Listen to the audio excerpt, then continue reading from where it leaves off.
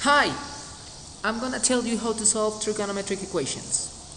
This steps is my how to solve. First, use identities. Identities to have the equation in terms of just one trigonometric function. Solve for trigonometric function or for the trigonometric functions you have, then apply the inverse of the function, and finally solve the equation for the angle involved. We're going to check some examples that will help you to understand these steps applied to trigonometric equations. First example, 2 times sine square of x equals 3 factor of 1 minus cosine of minus x. So first we're going to use identities to determine the equation in terms of just one variable. In this part we could see that there's a square, so it's preferable to use Pythagorean identities. So let's write this sine square in terms of cosine square, and let's write this cosine square, cosine of minus x, using the even odd identities. Cosine of minus x equals cosine of x. So to sum up, use Pythagorean identities and even odd identities. So let's change sine square. Sine square, we're gonna change it by 1 minus cosine square of x, cosine square of x, and cosine of minus x is the same as cosine of x.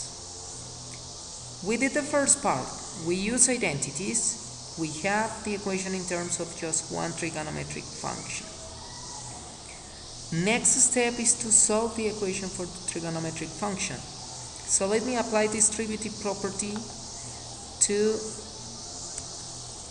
have the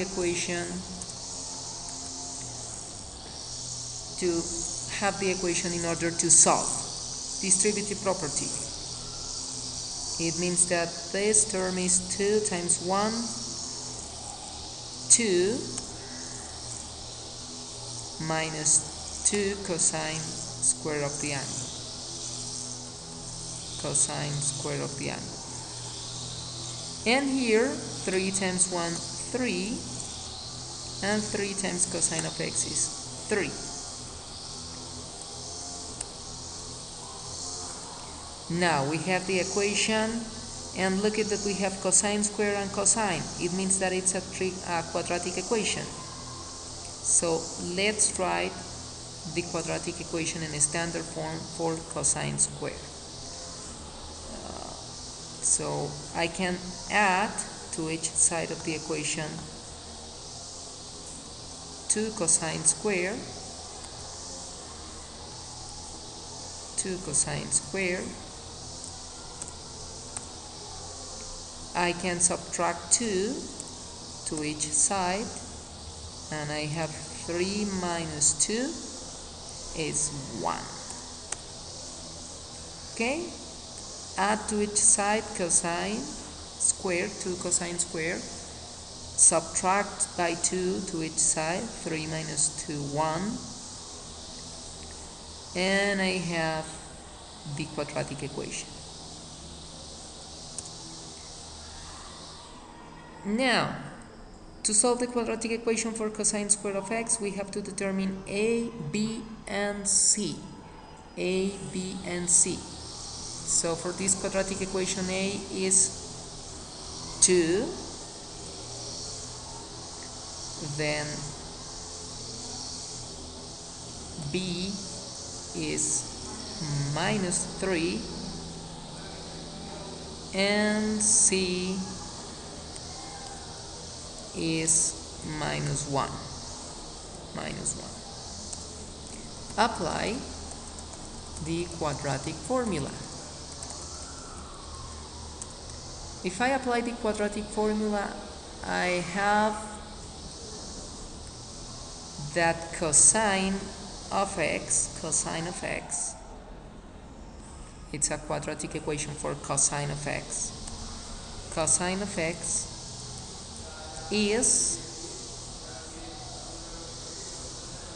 minus b, positive 3, positive or negative, and then comes the square root of b squared. Minus 3 to the second power is 9.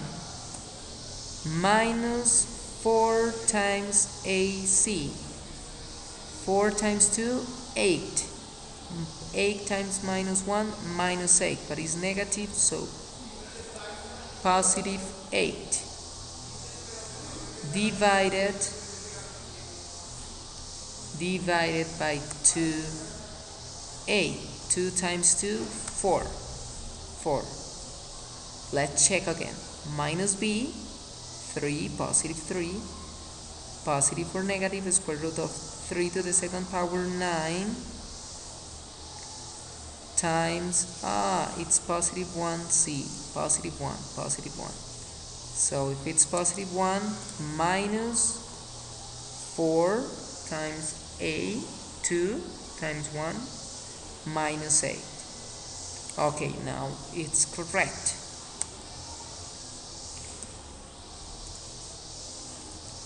Now if I simplify, I just have that this is the square root of 1, and of course the square root of 1 is 1.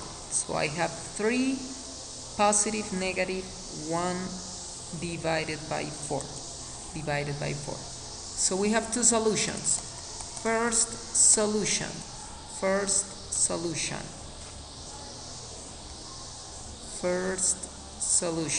with positive.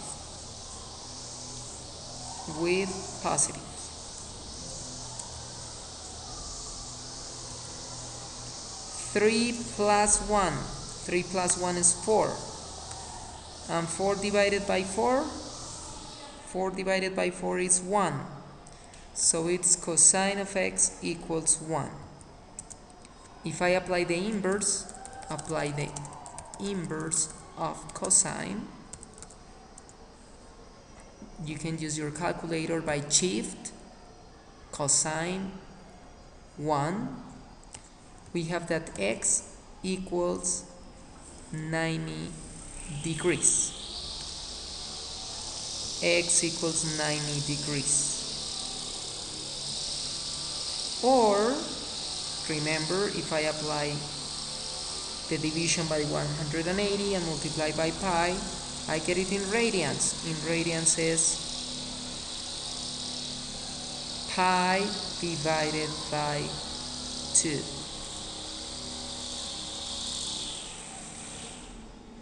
Pi divided by 2. Oh, where is pi? Here is pi. Pi divided by 2. Radians.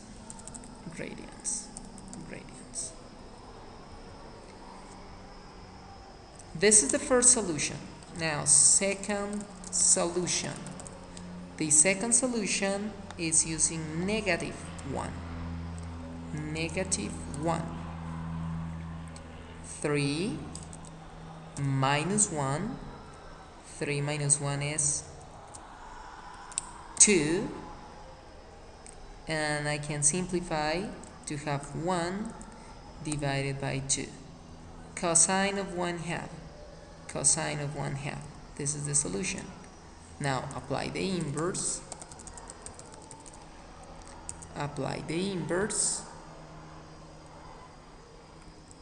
And we have x equals 60 degrees.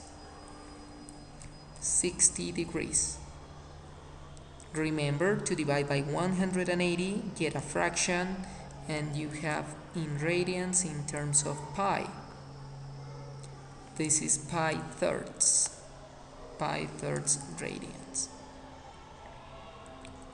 And these are the solutions. Solution number 1, x 90 degrees. Solution number 2, x equals to 60 degrees.